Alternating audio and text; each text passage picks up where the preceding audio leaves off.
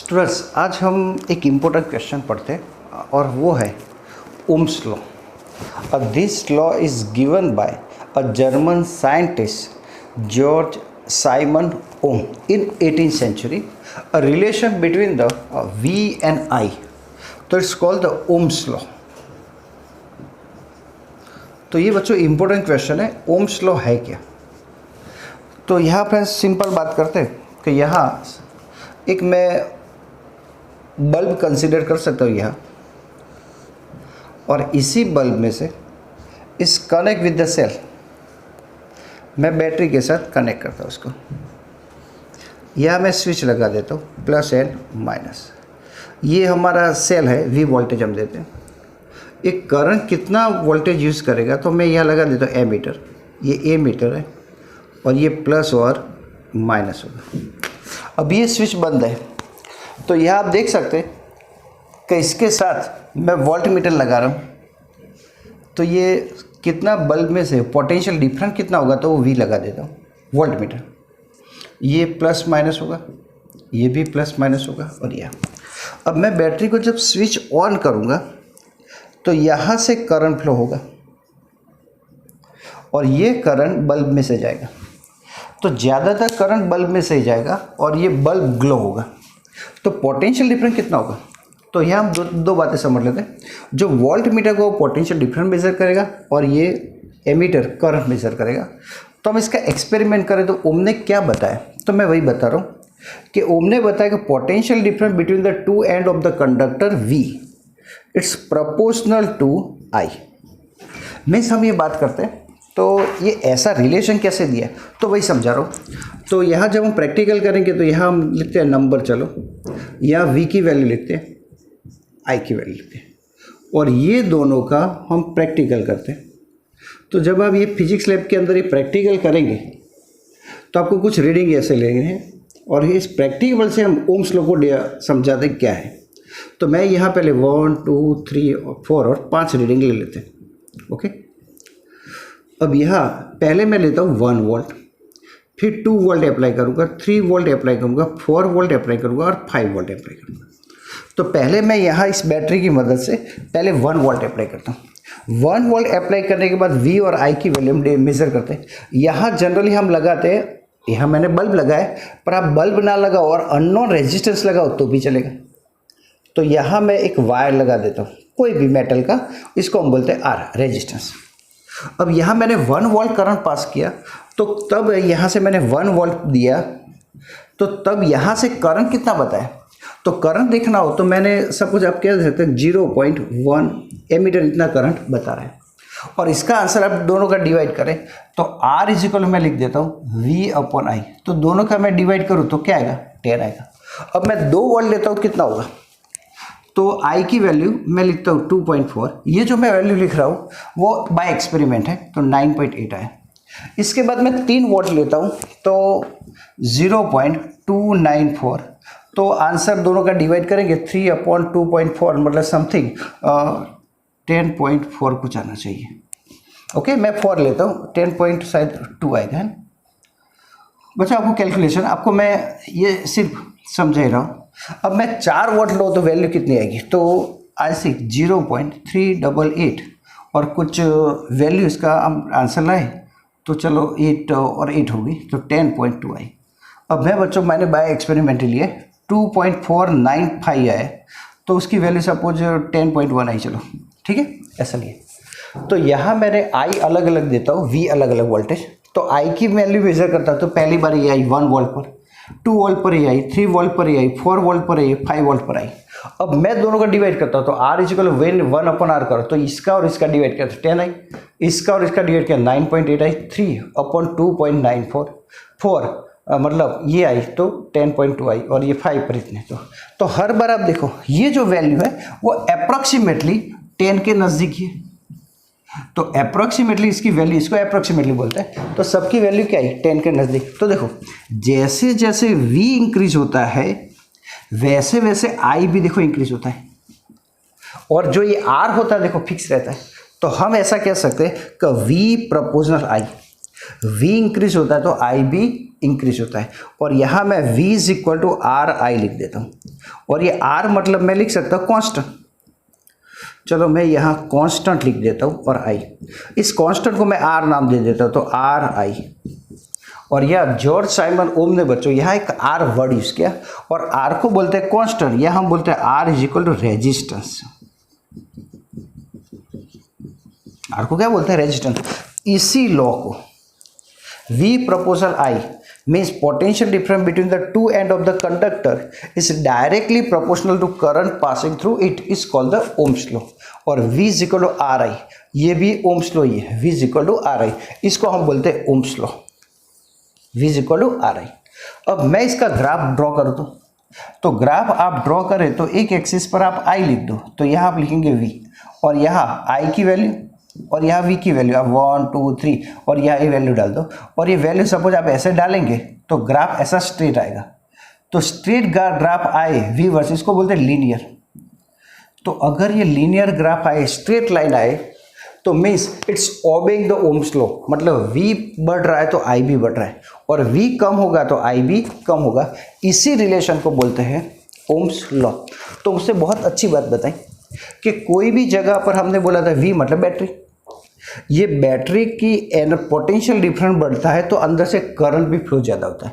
मतलब simple example ले सकते हैं कि अगर बैटरी की एनर्जी ज़्यादा होगी तो करंट की स्पीड भी ज़्यादा होगी, अगर बैटरी की एनर्जी कम होगी तो स्पीड भी क्या होगी? कम होगी। तो आप एक सेल ले लो 1.5 का, तो इसका V कम होगा तो करंट भी कम होगा, पर आप 230 वोल्ट दो तो करंट भी क्या होगा? ज़्यादा होगा। तो यहाँ V और I के बीच का रिलेशन दिया, और ये इसको हम बोलते हैं ओम्स लॉ। तो जनरली हमारा ओम्स लॉ क्या है? तो ओम्स लॉ यही है बच्चों कि हमारी जो वैल्यू आई तो V इज इक्वल टू, या V proportional RI, it's called the Ohm's law. तो ओम्स लॉ को मैं ऐसा लिख सकता हूँ कि V प्रोपोर्शनल I। अब इसको वर्ड में लिखना हो तो हम बोलेंगे potential difference between two ends of conductor is directly proportional to electric current passing through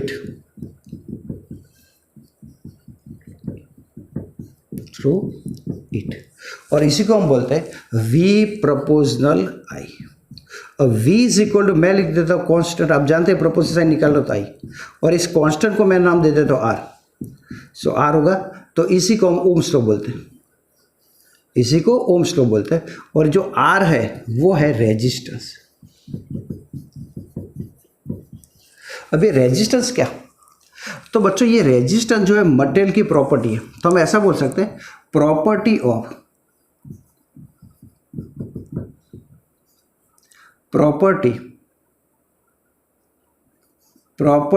material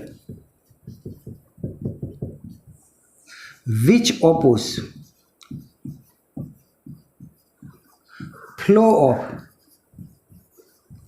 charge, जो फ्लो ऑफ चार्ज को ऑपोज करता है, ऐसी मटेरियल है बच्चों। मटेरियल की प्रॉपर्टी को हम क्या बोलते हैं? रेजिस्टेंस। अब एक सिंपल बात समझते हैं कि यहाँ पर जो R है तो हम अलग अलग R इज इक्वल ऐसा भी लिख सकते हैं V/I। तो इसका यूनिट किस में मेजर करें? तो आप इसका यूनिट लिख सकते हैं, तो यूनिट में लिखूँ तो V मतलब वोल्ट होता है और करंट मतलब एम्पियर। पर बच्चों यहाँ ओम ने बताया था तो ओम ने इसका यूनिट अपना नाम ही दे दिया ओम, और इसका सिंबल है ऐसा जिसको बोलते हैं, एक ग्रीक अल्फ़ाबेट वर्ड है, ग्रीक वर्ड है, तो इसका सिंबल इसको ओमेगा बोलते हैं। तो इसका यूनिट है ओम, या ऐसा सिंबल उसको लिखते हैं जिसको बोलते हैं ओमेगा। अब यहाँ से मैं एक बात बताना चाहता हूँ कि ये जो ओम ने बताया कि यही हमारा ओम्स लॉ है, ये भी ओम्स लॉ है। तो अगर V इज इक्वल टू मैं 1 ले लूँ, V वोल्ट, और करंट 1 ले लूँ तो ये 1 ओम आएगा। इसका मतलब क्या हुआ कि if potential difference between two end of conductor is 1 volt, so electric current is potential difference to end of the conductor is 1 volt and the electric current is 1 ampere, तो is called 1 ohm। अगर potential difference conductor के दो and के बीच का 1 volt है और current 1 ampere पास हो रहा था, हम उसको बोलते हैं 1 ओम। अब ये मटेरियल की प्रॉपर्टी है, तो हर एक मटेरियल की प्रॉपर्टी अलग अलग होती है। तो कोई ज़्यादा इलेक्ट्रिक चार्ज को अपोज करता है, कोई कम अपोजिट करता है। बच्चों यहाँ मैंने फिगर के अंदर बताया बहुत अच्छा सा सिंबल कि यहाँ आप ऐसा कुछ समझ सकते हैं कि इसको ज़्यादा डिटेल में देखना हो तो मैं यहाँ बच्चों को बता देता हूँ कि ओम्स लॉ एक्चुअली तो V और I और R तीन वर्ड है हमारे पास। तो V, R और I तीनों के बीच का रिलेशन ऐसा हम कह सकते हैं। तो यहाँ मैंने एक फिगर ड्रॉ की है, उसके ऊपर से आप समझ सकते हैं कि यहाँ से एक सिंपल सा ऐसा मैं बता देता हूँ और ऐसे समझते हैं। अब यहाँ से ये यहाँ बाहर जाना चाहता है, यहाँ से इसके अंदर से, तो ये इसको धक्का मार रहा है, ये इसको अपोज कर रहा है। ऊपर बैठा हुआ एक इसको इस चीज़ को अपोज कर रहा है। ये एक स्टूडेंट्स ऐसा जा रहा है, समझो ना, ऐसा एक स्टूडेंट से ये ऊपर बैठा है उसको अपोज कर रहा है और ये यू अंदर जाएगा। तो ये जो है उसको पुश कर रहा है, धक्का मार रहा है, तो वो वी है। ये इसको प्रेस कर रहा है, मतलब नीचे दबा रहा है, इसको प्रेस कर रहा है, तो मतलब वो इसको रोक रहा है। तो वो क्या है? तो वो हमारा रेजिस्टेंस, और ये अंदर से पास हो रहा है, तो वो हमारा क्या है? करंट है। तो ये हमारा करंट है। तो मैंने इसकी फिगर आपको बताई है कि यहाँ कोई तो V है वो चार्ज को पुश करता है, R उसको रोकता है, और ये करंट जो अंदर पास होता है तो V इसको पुश करता है और ये R उसको रोकने की कोशिश करता है। तो तीनों के बीच का रिलेशन आ गया। इसका रिलेटेड कई क्वेश्चन भी पूछे जाते हैं। यहाँ कई बार ऐसा भी पूछ सकते हैं कि कंडक्टेंस क्या है? कंडक्टेंस, तो मैं ऐसा कह सकता हूँ 1/R is called the conductance, reciprocal of resistance is called the conductance. तो इसका यूनिट क्या होगा? तो इसका यूनिट होगा reciprocal of resistance is called the conductance. तो 1/R होता है, तो हम बोलते हैं ओम इनवर्स, कई बार साइवन इनवर्स भी बोलते हैं, या बच्चों हम ऐसा कह सकते हैं ओम इनवर्स। तो ये कंडक्टेंस है। या हर एक का रेजिस्टेंस सेम नहीं होता। तो रेजिस्टेंस किसके पर डिपेंड करेंगे? करंट ऑपोजिट सब सेम नहीं करते। तो resistance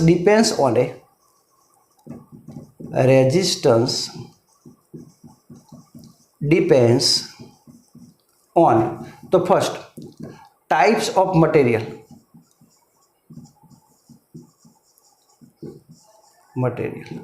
second length of conductor,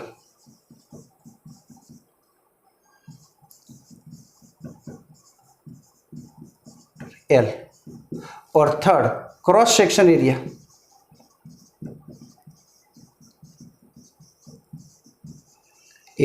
A, और फोर्थ वन टेम्परेचर।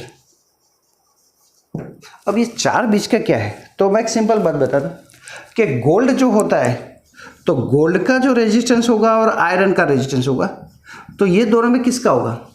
तो गोल्ड का रेजिस्टेंस मतलब गोल्ड करंट को स्मूथली पास होने देता है, पर आयरन स्मूथली पास होने नहीं देता। तो मतलब वो टाइप्स ऑफ मटेरियल पर डिपेंड करता है। लेंथ ऑफ कंडक्टर, तो जितना ज़्यादा होगा ये कंडक्टर, जितनी लेंथ ज़्यादा होगी उतना रेजिस्टेंस इंक्रीज होगा। क्रॉस सेक्शन एरिया, तो वो इन्वर्सली प्रोपोर्शनल है, जितना वायर थिक होगा तो उसका रेजिस्टेंस कम होगा। और टेम्परेचर मतलब गर्मी ज़्यादा होगी तो रेजिस्टेंस बढ़ेगा, और गर्मी कम होगी तो रेजिस्टेंस कम होगा। तो ये बात हमें ओम्स से बताई। ओम्स के रूल्स के कुछ लिमिटेशन भी है, पर वो हम बच्चों यहाँ हमारी बुक के अंदर दिए नहीं है, क्योंकि ओम्स कुछ बातों को समझा नहीं पाया था। तो वो बातें हमें बच्चों, कुछ ऐसे इलेक्ट्रॉनिक सर्किट है जो ओम्स लॉ को फॉलो नहीं करती, और कुछ जगह पर हम जब ये प्रैक्टिकल करते हैं तो कुछ प्रॉब्लम भी अंदर आते हैं। तो यहाँ वो ओम्स लॉ कुछ समझा नहीं पाया, तो ओम्स लॉ की कुछ लिमिटेशन भी है। पर यहाँ ओम्स थे बच्चों, तो इन शॉर्ट ओम्स लॉ हमारा है V = RI, और this formula is called the Ohm's law. मतलब V इंक्रीज होता है तो I इंक्रीज होता है, उसी को बोलते हैं ओम्स लॉ, या relation between the V, R and I is called the Ohm's law. तो बच्चों आज के लिए ओम्स के लॉ के अंदर हम इतना ही पढ़ेंगे। बाकी की वीडियो के लिए बच्चों, बाकी के चैप्टर के लिए आप कंटिन्यूस बाकी के वीडियो देखते रहिए। Thank you very much, have a good day.